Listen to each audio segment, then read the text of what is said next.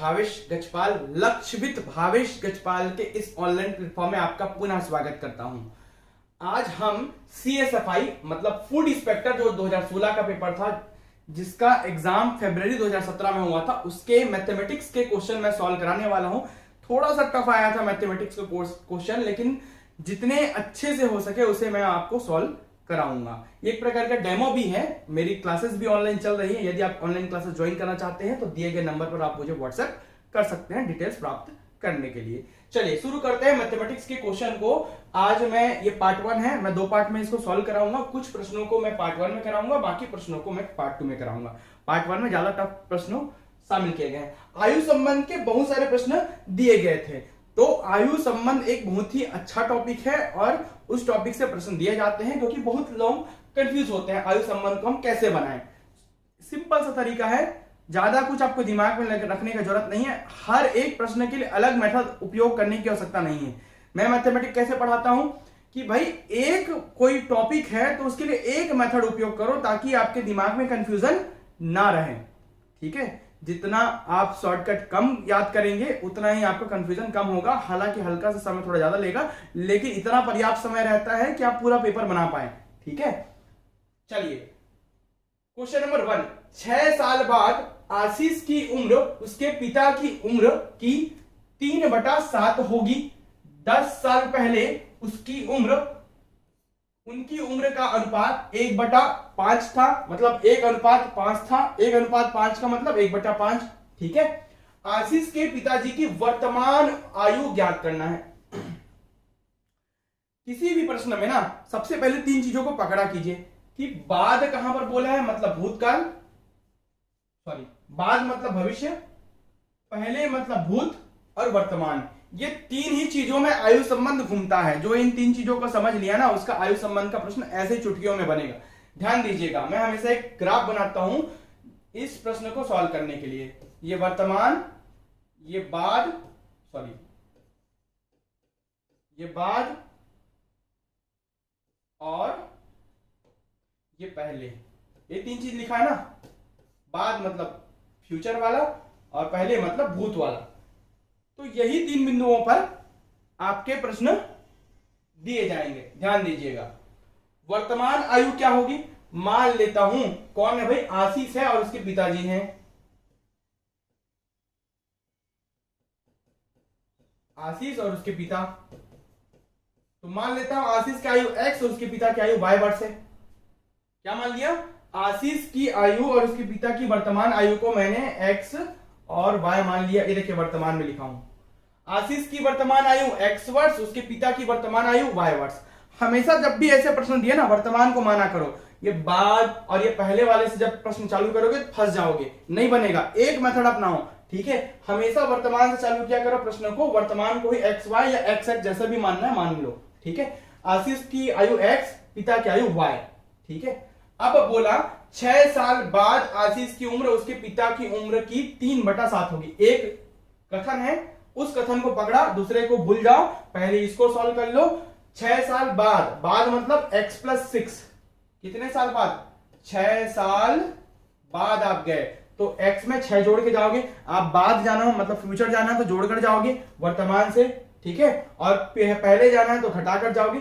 Simple सा concept है, जोड़ना और घटाना। और उसके पिता की आयु हो जाएगी y + 6, जो भी होगी वर्तमान में उसे 6 जोड़ोगे, जो भी होगी वर्तमान में उसे 6 जोड़ोगे। ठीक है, तो 6 साल बाद आशीष की उम्र जो कि x + 6 हमने निकाला है यहां से, उसके पिता की उम्र जो कि y + 6 हमने निकाला है कि 3/7 होगी। आशीष की उम्र उसके पिता की उम्र की, किसके बाजू में की बोला, जिसके बाजू में का के की बोला उसके बाजू में गुना का साइन लगाओ।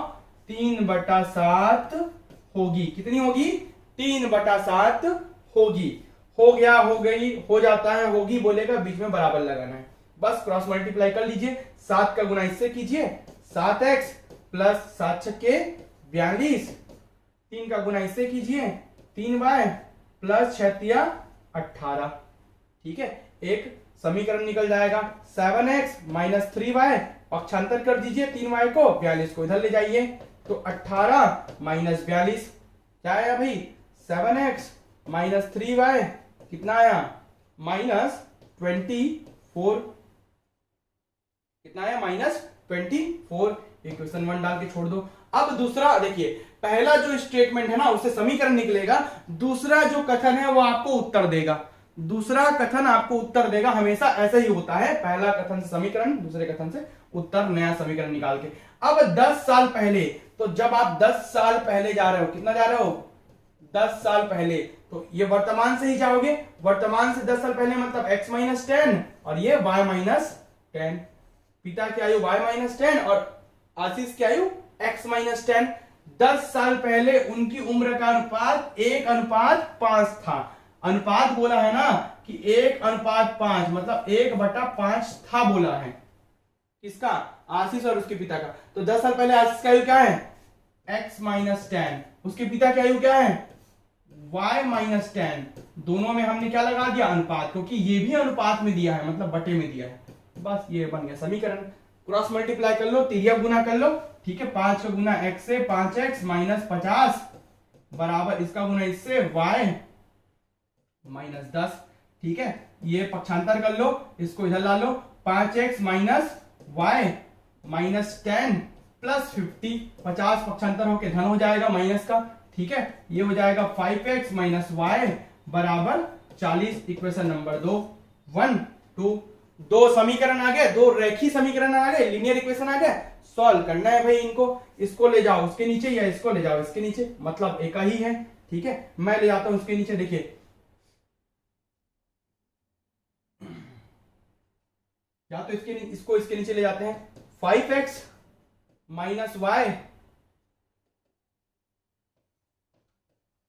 y बराबर 40। इक्वेशन नंबर जो 2 आया था। अब पता है आपको जोड़ने घटाने वाला कॉन्सेप्ट है ना, बराबर करना पड़ेगा पहले। तो किसको बराबर कर लो, आप y को बराबर कर लो, ज्यादा सरल पड़ेगा।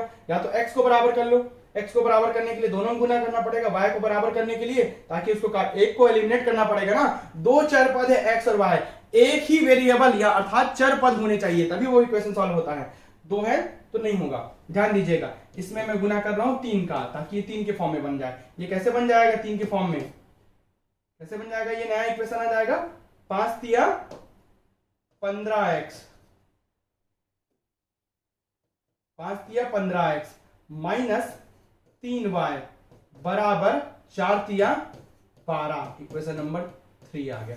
अब ये दोनों का हमको सॉल्व करना है, यहां पर अलग से लिख देता हूं और सॉल्व कर देता हूं, सीधा सीधा आंसर आएगा, ठीक है। क्या है भाई 7x - 3y इक्वल्स टू -24। इतने डीप में इसलिए बता रहा हूं ताकि आपको सॉल्व करने आना चाहिए, इसको तो आपको फास्ट करना है। समय कैसे बचेगा, फास्ट करने से समय बचेगा। गुना भाग जोड़ना घटाना जितना आप फास्ट करोगे वही समय बचाता है। आपके स्टेप्स आपके समय बचाएंगे, आपका तरीका समय नहीं बचाएगा, तरीका एक ही होना चाहिए। आप कितने फास्ट उसको करते हैं ये आपको समय बचाएगा मैथ में, ठीक है। तरीका आप कभी भी बदलिएगा नहीं। चलो भाई क्या कर लो, घटा लो, ये जोड़ने का घटाना हो जाएगा, ये घटाने का जोड़ना हो जाएगा, चिन्ह परिवर्तित हो जाएगा, घटाओगे तो चिन्ह परिवर्तित हो जाएगा, ठीक है। ये हो जाएगा, घट जाएगा ये भी, ठीक है। तो ये 15 में से 7 गया, कितना बचा, ऋण ये है ना भाई, तो ऋण कितना बचेगा, 15 में से 7 गया, ऋण 8x, ठीक है। ये दोनों कैंसिल हो जाएगा, धन ये वाला ऋण ये वाला, ये ऋण ऋण, देखिए इसका ऋण अभी चिन्ह बदलाता और इसका ऋण, ठीक है। ऋण ऋण हो जाएगा धन, लेकिन चिन्ह बड़ी संख्या का लगेगा 144, ऋण 144, ऋण ऋण कैंसल, 8 को पक्षांतर कर दो, x रुक जाएगा 144/8 बच गया कितना 64, 88 64, 18 है x का मान। मतलब वर्तमान आयु, x किसको माना, वर्तमान आयु आशीष की। तो हमको यहां पर निकल गई आशीष की वर्तमान आयु जो कि x है, जिसकी वैल्यू आई 18। तो पिताजी की वैल्यू निकालना y, कोई भी एक इक्वेशन में रख लो, y की वैल्यू आ जाएगी। कोई भी एक सरल सा इक्वेशन पकड़ लो, जैसे ये वाला इक्वेशन पकड़ लो, सरल है, सबसे सरल है ना। तो 5x - y बराबर 40, इसमें 18 का वैल्यू रखो है, ये निकल गया बस। 18 से गुना कर लो, y की वैल्यू बराबर 40, 18 पंचे 90, 40 को पक्षांतर कर लो -40, y को इधर ले जाओ प्लस y कितना 50, ये आ गया y की वैल्यू, कितना वर्ष 50 वर्ष, ठीक है, तो इस प्रकार ऑप्शन नंबर बी हमारा सही आंसर होगा 50 वर्ष। आयु संबंध के प्रश्न इसी प्रकार रेखीय समीकरणों से बनते हैं, मतलब टफ आया था पेपर, सिंपल एक लाइनर नहीं था, ठीक है। और बहुत सारे शॉर्टकट तरीका लगा के एक लाइनर कर सकते हो, लेकिन ये सरल तरीका इसलिए क्योंकि एक तरीका है। जितने भी आयु संबंध के प्रश्न आएंगे ना, सबको इसी तरीके से बनाएंगे हम, कोई छोटे होंगे कोई बड़े होंगे। चलिए बात करते हैं अगले प्रश्न की। तो उस वर्ग की भुजा जो उस वृत्त में निहित है जिसका परिमाप 220 सेंटीमीटर है होगी, ठीक है। एक वर्ग की भुजा निकालनी है आपको जो किसी वृत्त के अंदर निहित है, एक वर्ग की भुजा की वैल्यू निकालनी है जो किसी वृत्त के अंदर निहित है, वर्ग बना दिया वृत्त के अंदर, ठीक है, जिसका परिमाप, किसका परिमाप, वृत्त का परिमाप। वृत्त की वैसे तो परिधि होती है, वृत्त की परिधि कहते हैं, परिमाप का मतलब चारों ओर का माप है, मतलब वृत्त की परिधि ही परिमाप है, अर्थात वृत्त की यहां पर आपको दी है परिधि बराबर ही क्या है, परिमाप है, याद रखेंगे, परिधि ही परिमाप है, याद है ना। तो वृत्त की परिधि क्या होती है भाई, 2 पाई आर होती है। 2 पाई आर की वैल्यू कितना दिया है, 220 सेंटीमीटर, मतलब पाई आर की वैल्यू निकल गई 110 सेंटीमीटर, मतलब आर की वैल्यू निकल गई 110, पाई का वैल्यू कितना होता है 22/7 होता है, कितना होता है 22/7, ठीक है। यहां पर पाई का मान आप क्या रख सकते हो 22/7, पाई की वैल्यू रख दी 22/7, तिर्यक गुना कर लो, आर रुक जाएगा, 110 गुणित 7 ऊपर 22 नीचे, 7 ऊपर 22 नीचे, 11 से 11 एकम 10 बार में 11 दूनी 2 एकम 2 पंचे, ठीक है, 7 पंचे 35, आर का वैल्यू 35 सेंटीमीटर, 35 सेंटीमीटर त्रिज्या आई, ठीक है। ये वृत्त है, वृत्त के अंदर वर्ग बना है, ये वृत्त का केंद्र है, मतलब इस आर की वैल्यू आई 35, तो इसकी भी वैल्यू कितनी होगी 35, कुल कितना होगा टोटल, टोटल होगा 70 सेंटीमीटर, ठीक है, जो कि इस वर्ग का विकर्ण है। जो अब इसमें क्या कंडीशन आया, जो वृत्त का जो व्यास है ना, डायमीटर जो है, व्यास जो पूरा यहां से लेकर यहां को छू रहा है, ठीक है, वही क्या है, वर्ग का विकर्ण है, वर्ग का वही क्या है, विकर्ण है। तो वृत्त का व्यास कितना है 35 + 35 मतलब 70 सेंटीमीटर। वर्ग का विकर्ण का फॉर्मूला क्या होता है, याद रखिएगा, नहीं याद है तो बना सकते हो। इस वर्ग में इसको त्रिभुज मान लो, ये 35 मतलब ये 70 है, ये वाले पोर्शन को देख लो त्रिभुज जैसा दिख रहा है, ठीक है। इसको भुजा ए ले लो, तो वर्ग में सभी भुजाएं क्या होती है, बराबर होती हैं, तो ये 2 भुजा, तो इसकी वैल्यू आएगी क्या a√2, क्या आएगी a√2।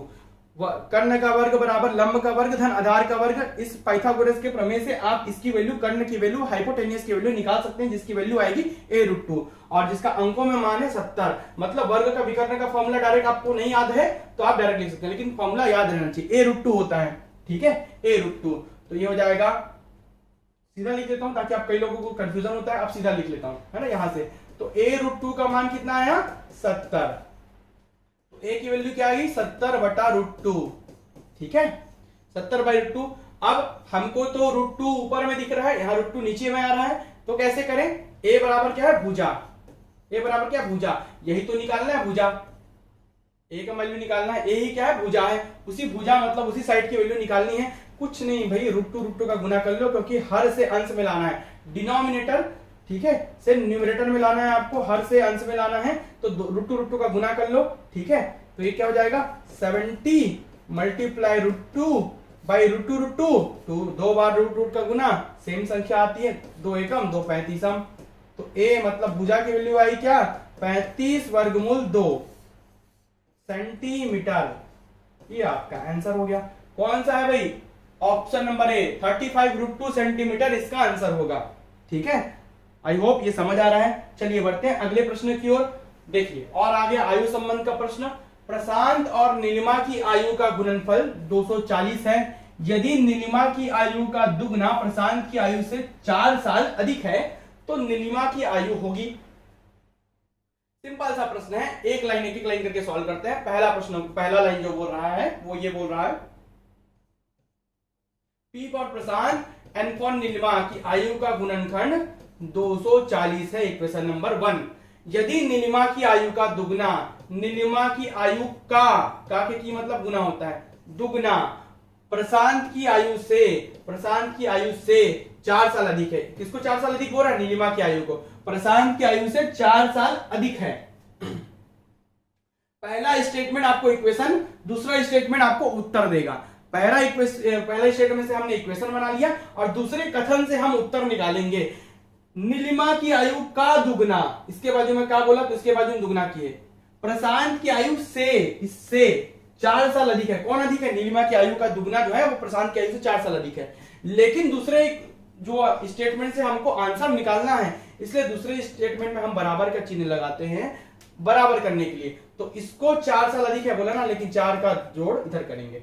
जब भी आप बराबर लगाते हैं, कोई इक्वेशन बनाते हैं बराबर में, ठीक है, तो जस्ट अपोजिट साइड उसका गुना या उसका जोड़ करते हैं, जिसको वो बोला गया है। ये 4 साल अधिक है क्योंकि हमने बराबर मान लिया। भाई 4 साल अधिक रहता तो बराबर कैसे लगाते?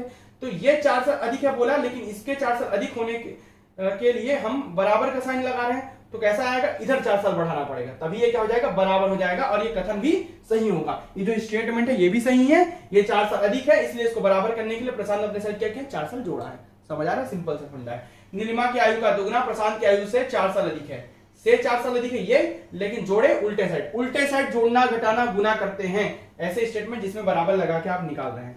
ध्यान देंगे, हमको निकालना किसकी? नीलिमा की आयु, एन निकालना है। पी को हटा दो। पी को हटाने के लिए कैसे करोगे इस इक्वेशन में? ठीक है, कैसे करोगे इस इक्वेशन में? इस इक्वेशन में करोगे पी की वैल्यू 240/n लिखोगे। रख लो यहां पर पी की वैल्यू, मतलब ये हो जाएगा 2n बराबर पी का मान है 240/n नीलिमा धन 4। यहां रख लिए पी की वैल्यू हमने, ठीक है। बस वर्ग समीकरण बनेगा, ये इधर आ जाएगा 2n² 240 तिरक गुना होके, और ये यहां पर लघुत्तम निकल जाएगा बटा 1 करके। 4/1 लघुत्तम हो जाएगा, है ना। डायरेक्ट लघुत्तम निकालना सीखिए, 4/1 मत कीजिए। n का इससे गुना सीधा सीधा, धन 4n, धन 4n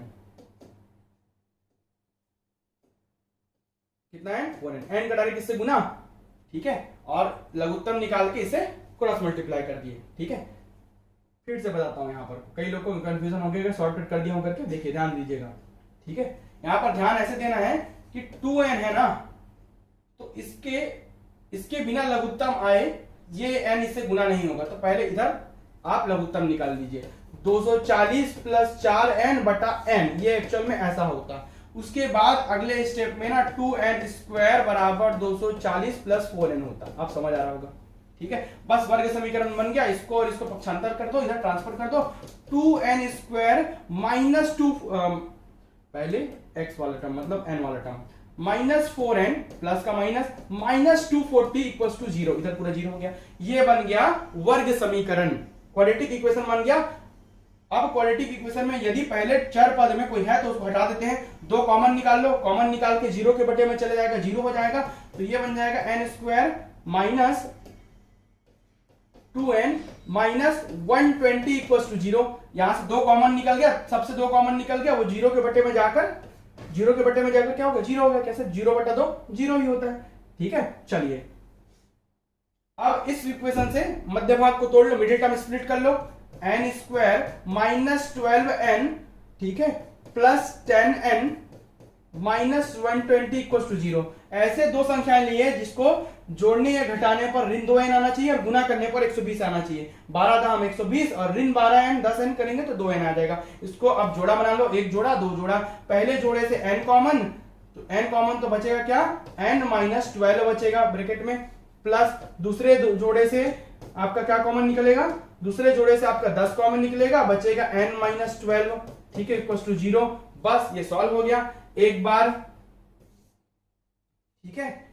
अब यहां से क्या कॉमन निकलेगा? ये दोनों कॉमन। जब तक ये संख्याएं कॉमन आ रही है मतलब सही बना रहे हो, अगर कॉमन नहीं आई तो आप गलत बना रहे हो।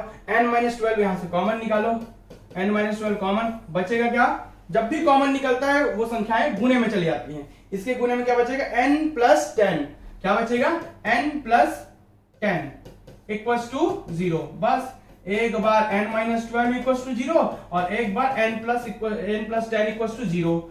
एक बार n की वैल्यू 12 और एक बार n की वैल्यू ऋण 10। आयु कभी भी ऋणात्मक नहीं होती, इसलिए ये उत्तर नहीं हो सकता। इस प्रकार ये आयु होगी, नीलिमा की आयु 12 वर्ष। ये आपका उत्तर है। कितना वर्ष? 12 वर्ष। ये आपका आंसर है। कितना सिंपल है।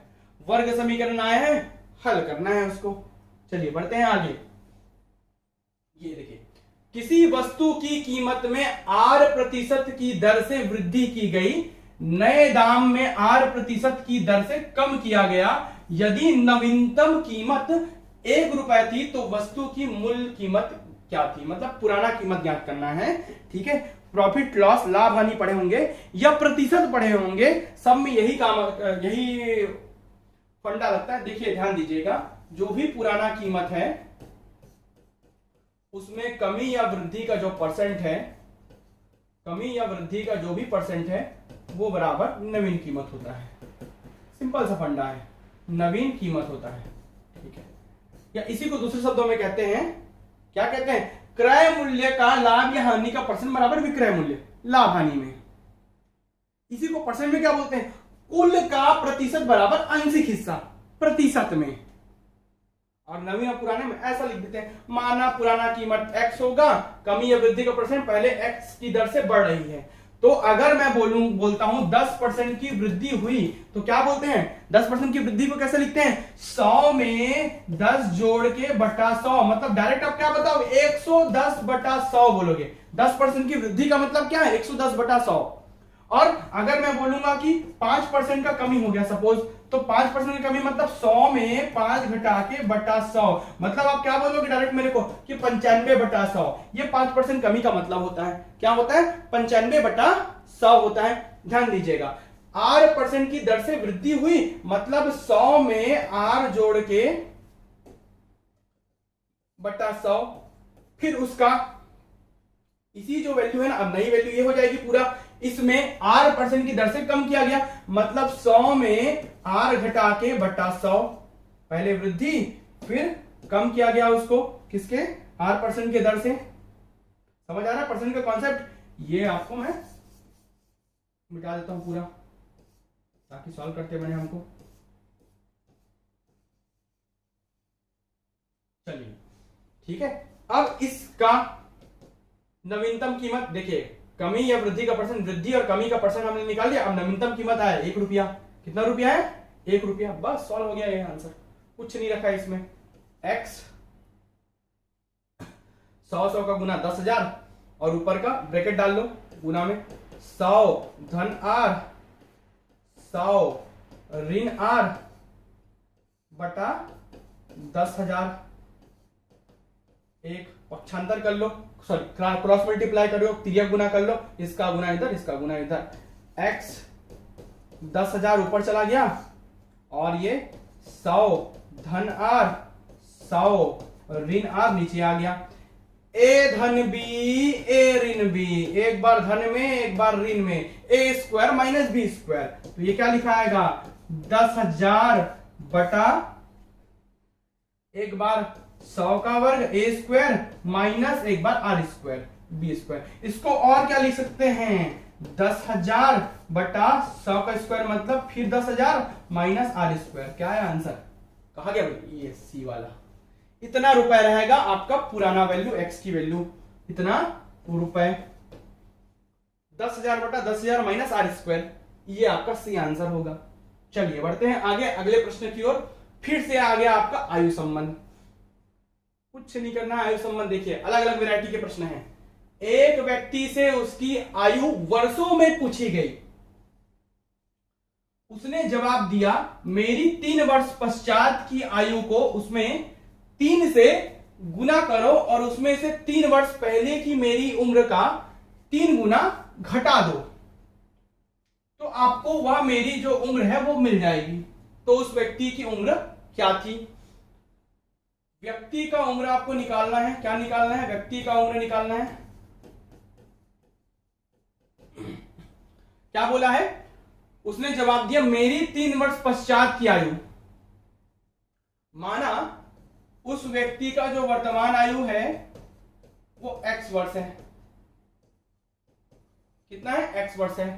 तो 3 वर्ष पश्चात, पश्चात मतलब बाद, बाद में जाने के लिए क्या करते हैं, जोड़ कर जाते हैं, और पहले जाने के लिए क्या करते हैं, पूर्व मतलब पहले के लिए घटा कर जाते हैं। तो वर्तमान में ही जोड़ेंगे तो 3 वर्ष पश्चात की उसकी आयु निकल जाएगी। उस व्यक्ति की वर्तमान आयु यह है, पश्चात बोला मतलब बाद बोला,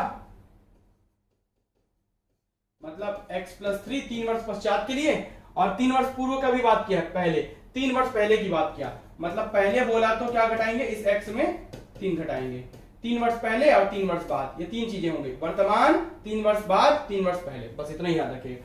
तो 3 वर्ष पश्चात आयु को उसमें 3 से गुना करो, ये कर दिया गुना 3 से, फिर और उसमें 3 वर्ष पहले की आयु, इसमें इसकी 3 वर्ष पहले की आयु क्या निकाले हम, x-3 यहां से निकाले। 3 वर्ष पहले की आयु कैसे निकाले, वर्तमान से पहले मतलब 3 साल पहले x-3, पीछे जाने के लिए वर्तमान से घटाकर जाते हैं और वर्तमान से आगे आने के लिए जोड़कर आते हैं, ठीक है। तो 3 वर्ष पहले की मेरी उम्र का 3 गुना घटा दो, इसका 3 गुना करो और उसको घटा दो बोल रहा है, तो वह मेरी उम्र मिल जाएगी, मतलब उसकी उम्र निकल जाएगी। कुछ नहीं है, 3x 3 3 9 माइनस, ठीक है, माइनस लगा है मतलब बड़ा ब्रैकेट डालना पड़ेगा, नहीं तो फिर चिन्ह परिवर्तित हो जाएगा। जब भी माइनस लगाते हो उसके बाद छोटा ब्रैकेट के अंदर और माइनस है तो बड़ा ब्रैकेट डाल लिया करो, नहीं तो फिर पूरा चिन्ह परिवर्तित हो जाएगा, ठीक है। ये 3x 3 3 -9, अब ब्रैकेट ओपन करो, 3x + 9 - 3x + 9, ये कैंसल, 9 9 18 वर्ष। तो उस व्यक्ति की उम्र कितनी आई, 18 वर्ष। ये आपका आंसर होगा। कहा गया भाई, ए आंसर 18 वर्ष उस व्यक्ति की आयु हो गई। 3 वैरायटी के प्रश्न दिए थे इसमें आयु संबंध के। आगे बढ़ते हैं अब अगले प्रश्न की ओर। किसी परीक्षा में 80% विद्यार्थी अंग्रेजी में उत्तीर्ण हुए, 85% विद्यार्थी गणित में उत्तीर्ण हुए, 75% विद्यार्थी अंग्रेजी एवं गणित दोनों में उत्तीर्ण हुए, 40 विद्यार्थी दोनों विषयों में अनुत्तीर्ण हुए। पॉइंट टू बी नोटेड, अनुत्तीर्ण, फेल हो गए। बाकी सब में पास दिया, ये फेल कर दे दिया है। पूछा क्या है, कुल विद्यार्थियों की संख्या सॉरी, कुल विद्यार्थियों की संख्या। ध्यान दीजिएगा, हमको जो मेन बिंदु है ना, 40 विद्यार्थी दोनों विषयों में अनुत्तीर्ण हुए दिया है। अनुत्तीर्ण यहां पर मेन बिंदु है। इसे हम 2 तरीके से बना सकते हैं, ठीक है। सबसे सरल तरीका है वेन डायग्राम का तरीका, इसमें भी 2 तरीके हो सकते हैं वेन डायग्राम के। भर लो जो बोला है। सबसे पहले क्या बोला, 80% विद्यार्थी अंग्रेजी में, ये इंग्लिश है, अंग्रेजी है, और गणित का है, गणित मतलब मैथ्स, अंग्रेजी गणित। 80% हुए गणित में इंग्लिश में उत्तीर्ण, ठीक है, और 85% हुए मैथ्स में उत्तीर्ण।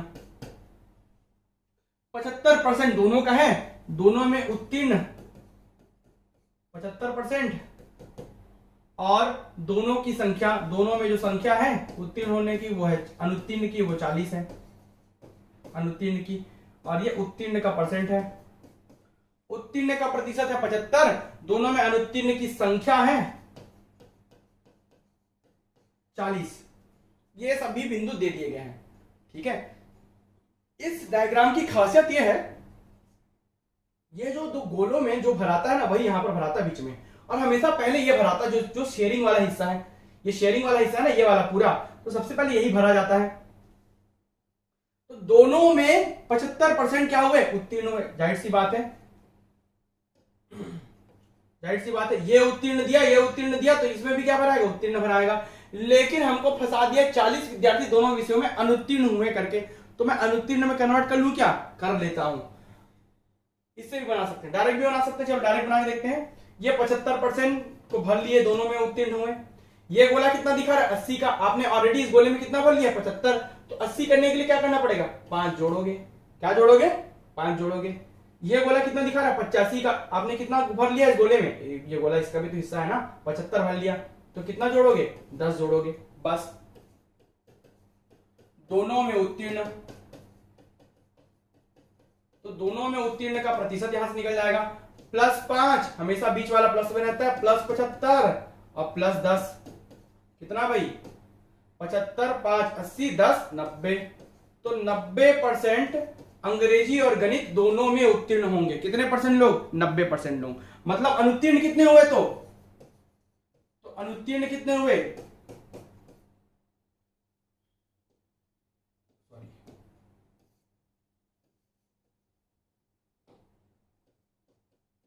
तो दोनों में अनुत्तीर्ण 10%। भाई 90% लोग दोनों में उत्तीर्ण हो गए तो कितने लोग, कोई भी गणना 100 में होती है ना, 10% लोग अनुत्तीर्ण हो गए। और संख्या में 40 दे दिया है, 40। तो ऐसा कौन सा कुल संख्या है, कुल विद्यार्थियों की संख्या, ऐसा कौन सा कुल विद्यार्थियों की संख्या, हमने कुल विद्यार्थियों को क्या मान लिए x, क्या मान लिया कुल विद्यार्थी को x। ऐसा कौन सा कुल विद्यार्थी है जिसका 10% मतलब 10/100 40 के बराबर है। प्रतिशत में 10, संख्या में 40। परसेंटेज का कॉन्सेप्ट क्या है, ये दोनों पता हो तो ये निकल जाएगा, ये दोनों पता हो तो ये निकल जाएगा, ये दोनों पता हो तो ये निकल जाएगा। आपको 10% अनुत्तीर्ण पता है और संख्या में 40 लोग पता है। संख्या यहां लिखाता है, परसेंट यहां लिखाता है, कुल यहां पर लिखाता है हमेशा। कुल हमेशा परसेंट में लेफ्ट हैंड साइड में, आंशिक हिस्सा जो उसमें से निकलेगा वो हमेशा राइट हैंड साइड में, और परसेंट हमेशा बीच में लिखाता है। कुल का प्रतिशत बराबर आंशिक हिस्सा, कुल का प्रतिशत बराबर आंशिक हिस्सा, सिंपल सा कॉन्सेप्ट है। x की वैल्यू 10 × 40 400। तो कुल कितने विद्यार्थी, 400 विद्यार्थी। कुल कितने 400, मतलब 360 लोग उत्तीर्ण हुए और 40 लोग अनुत्तीर्ण हुए 400 में से। ठीक है, और कैसे बना सकते हो, और बना सकते हो इसको आप दूसरे तरीके से, अनुत्तीर्ण डायरेक्ट निकाल के। क्योंकि उत्तीर्ण 75 दिया है तो 25 अनुत्तीर्ण, क्योंकि इंग्लिश में उत्तीर्ण दिया है 80 तो 20% लोग अनुत्तीर्ण इंग्लिश में, क्योंकि 85% उत्तीर्ण दिया मैथ्स में, मतलब उल्टा कर 15% लोग उत्तीर्ण अनुत्तीर्ण। अब अनुत्तीर्ण का प्रतिशत दोनों में पता चल गया, दोनों में 75 उत्तीर्ण तो दोनों में 25 अनुत्तीर्ण, तो इस 25 को भर लो। ये गोला दिखा रहा है बाहर में 20% अनुत्तीर्ण का, 25 आपने भर रखा है, 5 कम करना पड़ेगा, तब ये गोला बाहर में 20 का दिखाएगा। ये गोला दिखा रहा है बाहर में 15 का, 25 आपने भर रखा है इस गोले में, बाहर 15 दिखा रहा है, तो 10 कम करना पड़ेगा, तब ये गोला आपको दिखेगा। तो दोनों में अनुत्तीर्ण आपको निकल जाएगा। कैसे निकलेगा, -5, बीच वाला हमेशा धन में लिखाता है, +25 -10। ठीक है, ये माइनस 15, 25 - 15 मतलब कितना 10% आया भाई। 10% लोग अनुत्तीर्ण, इसमें डायरेक्ट हम लोग अनुत्तीर्ण ही निकाल लिए। कितना अनुत्तीर्ण का प्रतिशत कितना है 10%। तो कौन सी संख्या का 10% जो अनुत्तीर्ण है वो 40 है। ये वही अनुत्तीर्ण ही दिया है, अनुत्तीर्ण का परसेंट आपने निकाल लिया, अनुत्तीर्ण ही दे दिया, काट दिया, x का मान अभी भी 400 ही आया। ऐसे भी बना सकते हो आप, जिस तरीके से बनाना चाहे बना सकते हो। यहां पर मैंने अनुत्तीर्ण में कन्वर्ट कर लिया, सब अनुत्तीर्ण में हो गए और बना दिया। यहां पर मैंने उत्तीर्ण का निकाल लिया, उसको यहां पर एक बार कन्वर्ट किया, एक बार यहां पर ट्रांसफर किया, बस उसके बाद निकाल लिया। ठीक है, इस प्रकार से अब हम बढ़ते हैं अगले प्रश्न की ओर। क्वेश्चन नंबर 7, 1001 पेन और 910 पेंसिल विद्यार्थियों में इस प्रकार बांटना है कि प्रत्येक विद्यार्थियों को समान संख्या में पेन और पेंसिल मिले। बताइए अधिकतम कितने विद्यार्थी होंगे।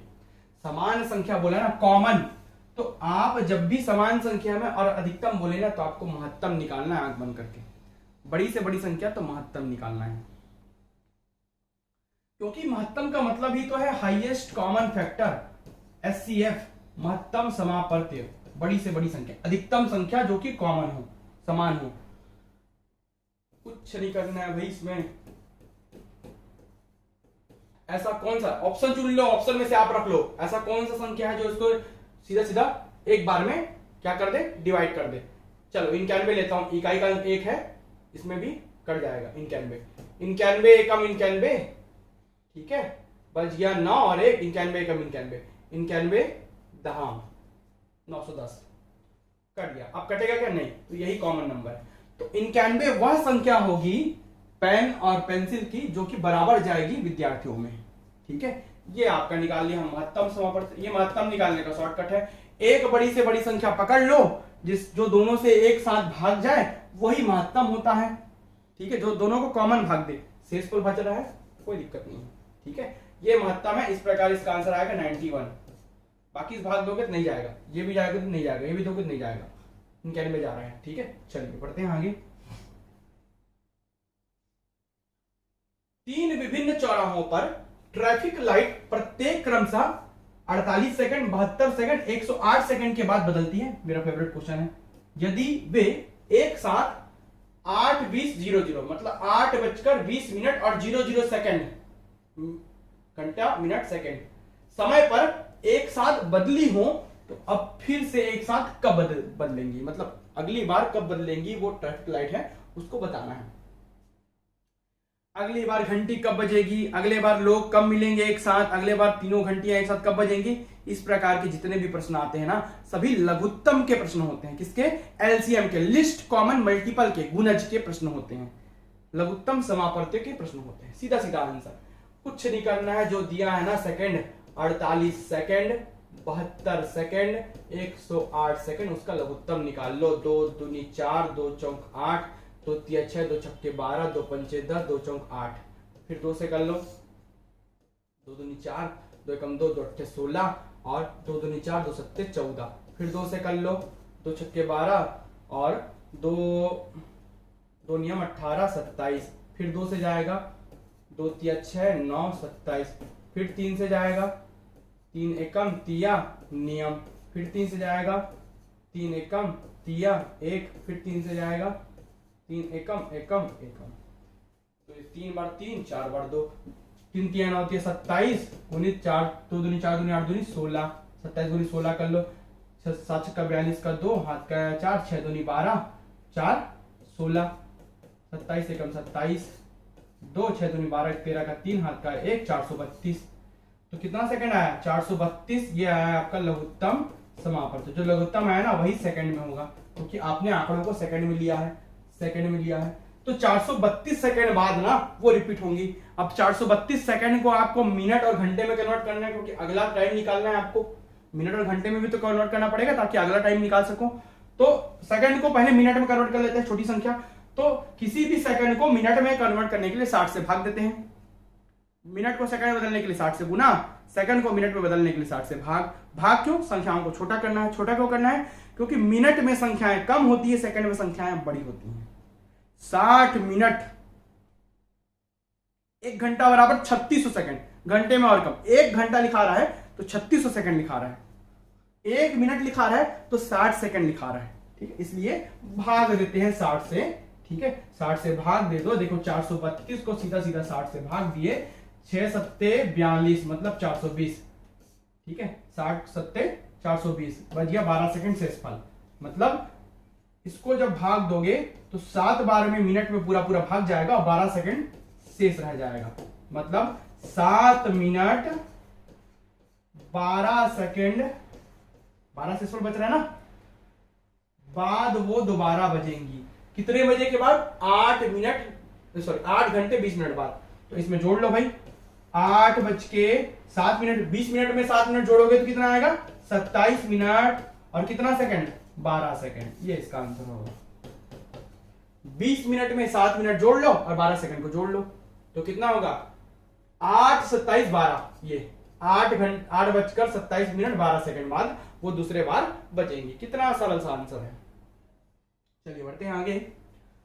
तो ये स्लाइड क्या है? ये स्लाइड है फूड इंस्पेक्टर का जो मैथ रीजनिंग का क्लास है, जो अदर क्लासेस है जीएस पोर्शन के, उससे रिलेटेड जो फूड इंस्पेक्टर की पूरी क्लासेस है, मैथ सामान्य ज्ञान, इसका पूरा एनालिसिस एक वीडियो में मैंने कर रखा है। जो वीडियो नहीं देखा है तो आप लिंक दे दिया हूं लास्ट में, उसमें आप जाकर देख सकते हैं डिस्क्रिप्शन बॉक्स वगैरह में। ठीक है, या आप लिस्ट में जाकर देख सकते हैं। तो वहां पर आप लिंक प्राप्त कर लीजिए कि पूरा एनालिसिस क्यों, किस भाग से कितने प्रश्न आए हैं। और इसकी ऑनलाइन क्लासेस लगा रहा हूं, पूरी आपको रिकॉर्डेड वीडियोस मिलेंगी, प्लस पीडीएफ मिलेगा, प्लस टेस्ट मिलेगा। प्राइस क्या है? 4499 रुपए ऑफ के साथ 2 किस्त में आप पे कर सकते हो। ठीक है, सभी वीडियोस रिकॉर्डेड फॉर्मेट में होंगी, जैसे अभी मैं रिकॉर्डेड वीडियोस यूट्यूब पे डालता हूं। वीडियो में अंत तक बने रहने के लिए बहुत बहुत धन्यवाद। वीडियो पसंद आता है वीडियो को लाइक कीजिए, शेयर कीजिए, चैनल को सब्सक्राइब करें।